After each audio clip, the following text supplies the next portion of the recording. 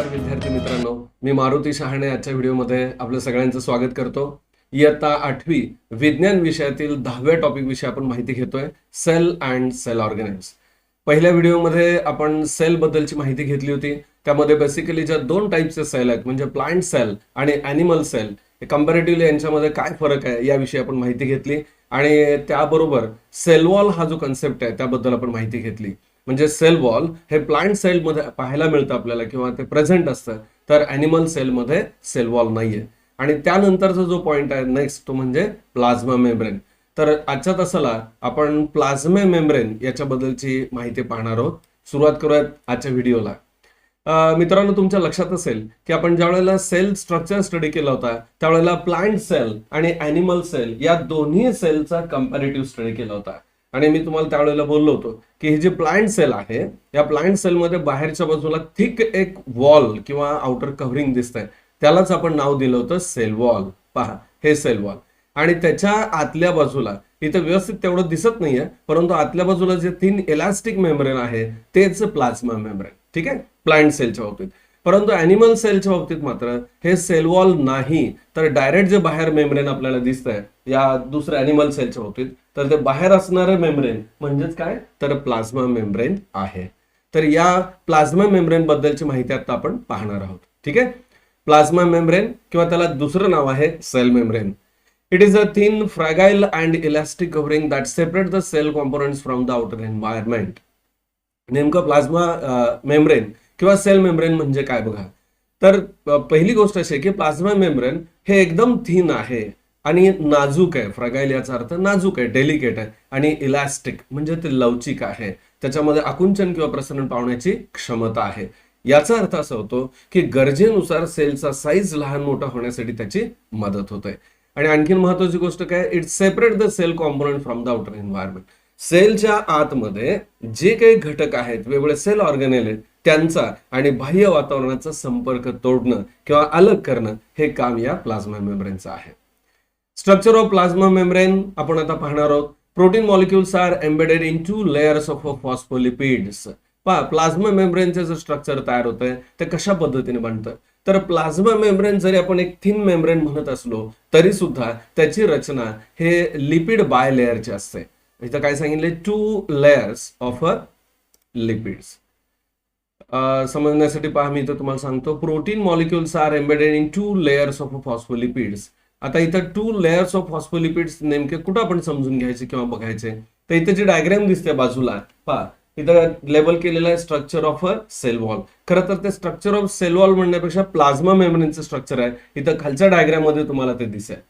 आपण structure of plasma membrane पाहतोय. इथं काय दिसतं नेमकं, तर याच्यामध्ये 2 लेअर आहेत. येलो कलरचा वरचा एक लेअर आणि त्याचबरोबर खालच्या बाजूला असणारा एक येलो कलरचा लेअर. असे जे 2 लेअर आहेत ह्याला हे फॉस्फोलिपिडचे लेअर आहेत. लक्षात येत आहे, हा एक लेअर वरचा आणि त्याचबरोबर हा खालचा, असे 2 लेअर म्हणजे लिपिड बाय लेअर हा आहे. ओके, आणि याच्यामध्ये प्रोटीन्स एम्बेडेड आहेत. म्हणजे तो तुम्हाला व्हायलेट कलरचे मॉलिक्यूल दिसतात मध्यभागी, तर हा जो व्हायलेट कलरचा मॉलिक्यूल आहे हा एक प्रोटीन आहे. याचप्रमाणे त्याच्या बाजूला आणखीन बाजूला असे मध्ये प्रोटीन जे आहेत ते विखुरलेले आहेत. Plasma membrane is said to be a selectively permeable membrane. Plasma मेम्ब्रेनचं खास वैशिष्ट्य आहे, त्याला सिलेक्टिव्हली परमिएबल मेम्ब्रेन म्हणतात. याचा अर्थ काय, तर फक्त ठराविक पदार्थांचीच आत जाणं किंवा बाहेर येणं याला अलाव केलं जातं, किंवा आपल्याला असं म्हणता येईल की ठराविक पदार्थांचीच देवाणघेवाण करणं शक्य हे सिलेक्टिव्ह परमिएबल मेम्ब्रेन मुळे होतं. As it allows some substances to enter the cell while prevent the other substances. सेलसाठी आवश्यक असणारेच पदार्थ आत जाऊ शकतात, बाकीच्यांना जाण्यासाठी मज्जाव केला जातो किंवा अडवलं जातं. हे त्याचं वैशिष्ट्य आहे. Due to this property, useful molecules of water, salt and oxygen enter the cell. आता या सिलेक्टिव्ह परमिएबल नेचरमुळं म्हणजेच ठराविक पदार्थांनाच आत एंट्री असण्यामुळं कोणकोणते पदार्थ आत जातात तिथे याची यादी दिलेली पहा. Water, salt and oxygen. ह्याच्यामध्ये पाणी, मिठासारखे म्हणजे क्षार म्हणता येईल आपल्याला, आणि ऑक्सिजन याची एंट्री होते. And the CO2 exit the cell. आपल्याला माहिती आहे CO2 ची आवश्यकता जी आहे ती नाहीये, म्हणजे सेलच्या दृष्टीने किंवा शरीराच्या दृष्टीनं तो अपायकारक घटक आहे किंवा वेस्ट प्रॉडक्ट आहे, म्हणून CO2 बाहेर टाकला जातो. If any changes occur outside the cell, the cellular environment does not change due to plasma membrane. पहा, अतिशय महत्वाचं हे फंक्शन आहे या सेल मेम्ब्रेनचं किंवा प्लाझ्मा मेम्ब्रेनचं. आणखीन एक फंक्शन महत्वाचं काय आहे, जरी बाह्य वातावरणामध्ये काही बदल झाला तरी या प्लाझ्मा मेम्ब्रेनमुळे म्हणजे सेलच्या बाहेरच्या असणाऱ्या आवरणाचा परिणाम असा होतो की पेशी अंतर्गत काही फारसा फरक पडत नाही, ज्याला आपण होमिओस्टॅसिस म्हणतो ना, मागे याबद्दल आपण चर्चा केली होती. तर हे मेंटेन करण्यासाठी प्लाझ्मा मेम्ब्रेनची मदत होते. So this condition is called as A homeostasis. आता मी तुम्हाला म्हणालो की हा शब्द आपण ऐकलाय, होमिओस्टॅसिस. याचा अर्थ काय की बाह्य वातावरणात जरी बदल झाले तरी प्लाझ्मा मेम्ब्रेन सेलच्या बाजूला असल्यामुळं पेशी अंतर्गत त्याचा परिणाम होऊ दिला जात नाही. इथं काही डायग्राम दिलेले आहे ज्या सेल वॉलशी रिलेटेड आहेत. आपण हा भाग पूर्वी पाहिलेला आहे. त्याच्यामध्ये असणारे लेअर कोणते आहेत आणि त्याची डायग्राम समजून घ्या तुम्ही. हे डायग्राम काढण्यासाठीची प्रॅक्टिस पण करा. त्यानंतर नेक्स्ट पॉइंट आपण बघूयात, can you tell how do substances travel in the cell. सेलमध्ये जे सबस्टन्सेस आहेत त्यांची देवाणघेवाण किंवा मुवमेंट कशी होते. खरं तर हा पॉइंट जो आहे तो आपण नेक्स्ट पुढे पाहणार आहे. डिफ्युजन आणि ऑस्मोसिस प्रोसेसने होते, त्यावेळेला त्याच्याबद्दल आपण डिटेल बघूयात. त्यानंतर आपण नेक्स्ट पॉइंट बघूयात, तो म्हणजे activities that consume cellular energy. सेलमध्ये वेगवेगळ्या प्रकारच्या ऍक्टिव्हिटी चालतात. काही ऍक्टिव्हिटी अशा आहेत की ज्या घडण्यासाठी एनर्जीची आवश्यकता असते, त्यांचा आपण आधी विचार करणार आहोत, म्हणून नाव दिलंय activities that consume cellular energy. कोणती ऍक्टिव्हिटी आहे, त्याच्यामध्ये जी फर्स्ट ऍक्टिव्हिटी आहे ती म्हणजे एंडोसायटोसिस. काय नाव आहे ऍक्टिव्हिटीचं, एंडोसायटोसिस. पहा, टू गल्फ और engulf food and the other substances from outer environment. इथं शब्द आलाय गल्फ किंवा एंगल्फ. गल्फ किंवा एंगल्फ याचा अर्थ गिळणे किंवा आत घेणे. बाहेरचे जे काही पदार्थ असतील किंवा कण असतील त्यांची एंट्री सेलमध्ये होणं, याला म्हणायचं एंडोसायटोसिस. मला वाटतं हा शब्द लक्षात ठेवायला सोपा आहे. पहा, एंडो याचा अर्थ आत, बाहेरचे पदार्थ, पेशीच्या किंवा सेलच्या बाहेरचे पदार्थ आतमध्ये येणं, बस यालाच काय म्हणायचं, एंडोसायटोसिस. ओके. आणि दुसरी टर्म ह्याच्या बरोबर अपोजिट टर्म आहे, ती कुठली, तर एक्झोसायटोसिस. एक्झो बाहेर, म्हणजे पेशीमध्ये असणारे अनावश्यक घटक किंवा पदार्थ बाहेर जाणं, त्याला म्हणायचं exocytosis. To excrete the waste materials out of a cell. मी आता सांगितलं की एक्सक्रिटरी जे मटेरियल असेल किंवा वेस्ट मटेरियल असेल हे सेलच्या बाहेर टाकणं म्हणजेच काय, तर एक्झोसायटोसिस. मला वाटतं हा कन्सेप्ट नक्की तुम्हाला लक्षात आला असेल. त्यानंतर जी सेकंड स्टेप आहे किंवा सेकंड पार्ट आहे तो म्हणजे process that does not consume cellular energy. मी आता बोललो सुरुवातीला की ज्या काही सेलमध्ये ऍक्टिव्हिटी चालतात त्याचं दोन गटामध्ये वर्गीकरण केलं जातं. एक म्हणजे एनर्जी वापरून चालणारी प्रक्रिया आणि दुसरी म्हणजे एनर्जी शिवाय चालणारी प्रक्रिया. आता सांगितल्याप्रमाणे एंडोसायटोसिस, एक्झोसायटोसिस ह्या एनर्जी आवश्यक असणारे प्रोसेस आहेत. आणि आता आपण विचारात घेतोय डझंट कन्झ्युम एनर्जी, म्हणजे या प्रोसेससाठी एनर्जी लागत नाही. कोणते प्रोसेस आहेत, तर त्यातली पहिली प्रोसेस आपण बघूया ती म्हणजे डिफ्युजन. डिफ्युजन म्हणजे काय, entry or exit of a small molecules like O2 or the CO2. अगदी छोटे जे मॉलिक्युल आहेत ऑक्सिजन किंवा कार्बन डायऑक्साईड सारखे, यांचं आतमध्ये येणं सेलमध्ये, पेशीमध्ये किंवा बाहेर जाणं, यालाच काय म्हणायचं, डिफ्युजन. ओके. त्यानंतर सेकंड टर्म महत्वाची आहे ती म्हणजे ऑस्मोसिस. ऑस्मोसिस म्हणजे काय बघा, the travelling of water from a part with a more water to a part with a less water through a selectively permeable membrane is called as a osmosis. Definition अतिशय सोपी आहे, जर काळजीपूर्वक ऐकलं तुमच्या पक्का लक्षात येईल. ऑस्मोसिस ही जी प्रोसेस आहे मुख्यत्वे पाण्याच्या हालचालीशी रिलेटेड आहे. काय लक्षात घेणार आहे तुम्ही, पाण्याच्या हालचालीशी रिलेटेड आहे. आता हे काय घडतंय, तर जिथं पाण्याचं कॉन्सन्ट्रेशन जास्त आहे तिथकडून जिथं कमी आहे पाणी त्या बाजूला पाण्याचे मुवमेंट होते. बस एवढं लक्षात ठेवा, म्हणजेच काय, ऑस्मोसिस. परत एकदा बघा, ट्रॅव्हलिंग ऑफ वॉटर, पाण्याची हालचाल, from a part with a more water to the part with a less water. जिथं पाणी जास्त आहे तिथकडून कमी. अर्थात आपण असं गृहीत धरूया तिथं सेल आहे आणि सेलच्या बाहेर पाणी जास्त आहे आणि तुलनेने सेलमध्ये कमी आहे. काय होईल, तर बाहेरचं पाणी सेलमध्ये येईल. समजतंय. याच्या उलट होईल, जर समजा सेलमध्ये भरपूर पाणी आहे पण बाजूला पाणी कमी आहे तर त्यावेळेला काय होईल, सेल मधलं पाणी बाहेर जाईल. या अर्थानं हा ऑस्मोसिस कन्सेप्ट आपण समजून घ्यायचा आहे. It is a physical process with 3 possibilities. आता ही जी ऑस्मोसिसची प्रोसेस आहे ही फिजिकल प्रोसेस आहे पहिली गोष्ट, आणि त्याच्यामध्ये 3 शक्यता आहेत.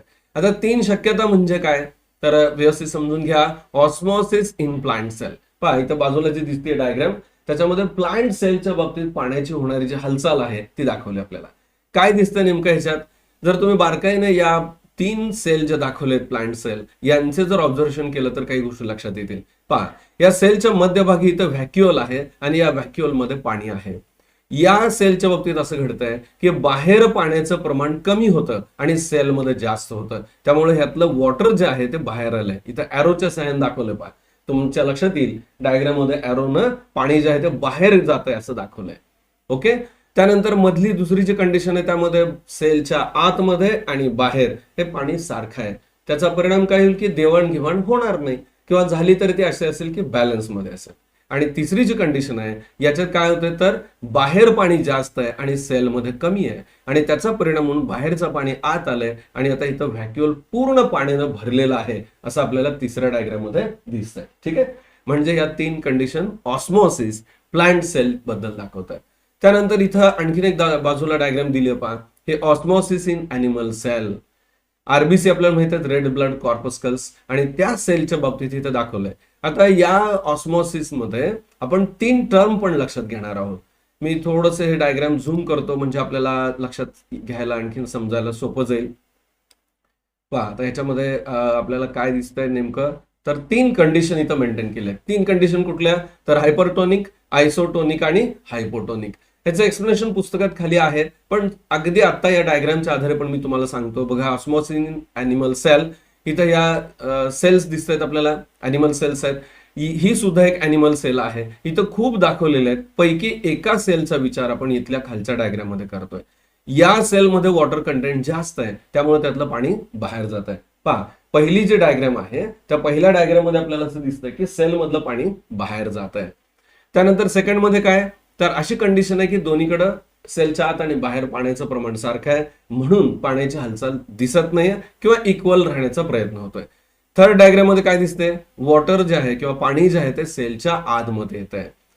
सेल मधलं पाणी जर बाहेर गेलं तर सेल श्रिंक होईल. तर डायग्राम मध्ये दिसतंय पहा तुम्हाला. परंतु जर पाणी आत आलं तर सेल टर्जिड होईल म्हणजे सेल फुगेल. तर या 3 कंडिशन आहेत. हायपरटोनिक याचा अर्थ काय की पाणी जास्त होतं त्यामुळे ते बाहेर गेलं. आयसोटोनिक म्हणजे आत आणि बाहेर पाण्याची बॅलन्स लेवल आहे आणि हायपोटोनिक म्हणजे सेल मधलं पाणी कमी होतं की जे बाहेरून आत आलं. लक्षात येतंय. नेहमी लक्षात घ्या की आपल्याला बायोलॉजी मधील कन्सेप्ट लक्षात ठेवण्यासाठी काही बेसिक टर्म अजिबात विसरायच्या नाहीत. आता सांगितल्याप्रमाणे इथं हायपर याचा अर्थ जास्त असं आपण लक्षात ठेवणार आहे आणि हायपो याचा अर्थ कमी. लक्षात येतंय. हायपर आहे याचा अर्थ कंटेंट जास्त आहे आणि हायपो आहे याचा अर्थ कंटेंट जे आहे ते कमी आहे. ठीक आहे. मला वाटतं हे तुम्हाला समजलं असेल. त्यानंतर इथं रिसर्च बद्दल काय माहिती दिली आहे पहा की 4 to 5 raisins in water and observe after an hour. Afterwards, keep the same resins in a sugar solution and observe after an hour. पहिल्यांदा एक 4-5 रेझिन्स म्हणजे मनुका म्हणतो ना आपण खिसमिस एका प्लेटमध्ये पाणी घ्यायचं आणि त्याच्यामध्ये त्या मनुका टाकायच्या. नेहमी ज्यावेळेला आपण मनुका किंवा खिसमिस पाहतो ते सुरकुतलेले असतात, श्रिंक असतात पहा. पण हे जर 1 तासभर पाण्यात ठेवले तर बाहेर पाणी जास्त आहे मनुकांमध्ये कमी आहे. साहजिकच बाहेरचं पाणी आत जाईल आणि 1 तास 2 तासानं पाहिलं तर ते फुगून टम्म होतील अगदी द्राक्षांसारखे. बरोबर आहे. हा एक पार्ट झाला एक्सपेरिमेंटचा. आणि दुसरा पार्ट काय सांगितलं afterward keep the same raisin in a sugar solution and observe after an hour. हे जे फुगलेले रेझिन्स आहेत हे नंतर काय करायचे तर शुगर सोल्युशन म्हणजे पाणी घेऊन त्यात साखर घालायची आणि साखरेचं प्रमाण जास्त ठेवायचं. ठीक आहे. म्हणजे पाणी कमी असणार आहे आणि हे जे फुगलेले मनुके आहेत ते त्यात ठेवायचे 1-2 तास. परत आपल्या असं लक्षात येईल की ज्या मनुकांमध्ये आधी आत पाणी गेलं होतं आता ते शुगर सोल्युशन मध्ये आहे की जिथं पाणी कमी आहे तुलनेनं त्यामुळे त्यातलं पाणी परत बाहेर येतं आणि या खिसमिस किंवा मनुका ज्या आहेत त्या श्रिंक होतात. मला वाटतं मी जे सांगितलं एक्सपेरिमेंट तुम्हाला नक्की कळालं असेल. Note down the observation and discuss in the classroom. Wooden doors fit very tightly in a rainy season. Why does it happen. पावसाळ्यामध्ये लाकडाचे जे दरवाजे आहेत ते एकदम टाईट होतात किंवा घट्ट बसतात, लवकर उघडत नाहीत किंवा बंद होत नाहीत. तर असं का होतं. मला वाटतं हे आपल्या सगळ्यांचं ऑब्झर्वेशन असेल आणि कॉमन सेन्सनं आपल्याला कळालं पण असेल की पावसाळ्यामध्ये जो पाऊस पडतो त्याचा परिणाम म्हणून हे लाकडी दरवाजे भिजतात. किंवा नाही जरी भिजले तर हवेतलं मॉइश्चरचं प्रमाण वाढतं आणि या लाकडी, ज्याला लाकडी दरवाजे म्हणतोय, या सुद्धा प्लांट सेल आहेत की ज्या वॉटर ऍब्सॉर्ब करतात. आणि आता आपण चर्चा केली की जर पाणी सेलमध्ये आलं तर त्या फुगतात किंवा टर्जिड होतात. साहजिकच एक एक सेल, अशा अनेक सेल पासून दरवाजा बनलेला आहे, म्हणजे टोटल त्याचा जो शेप आहे तो वाढलाच जाईल.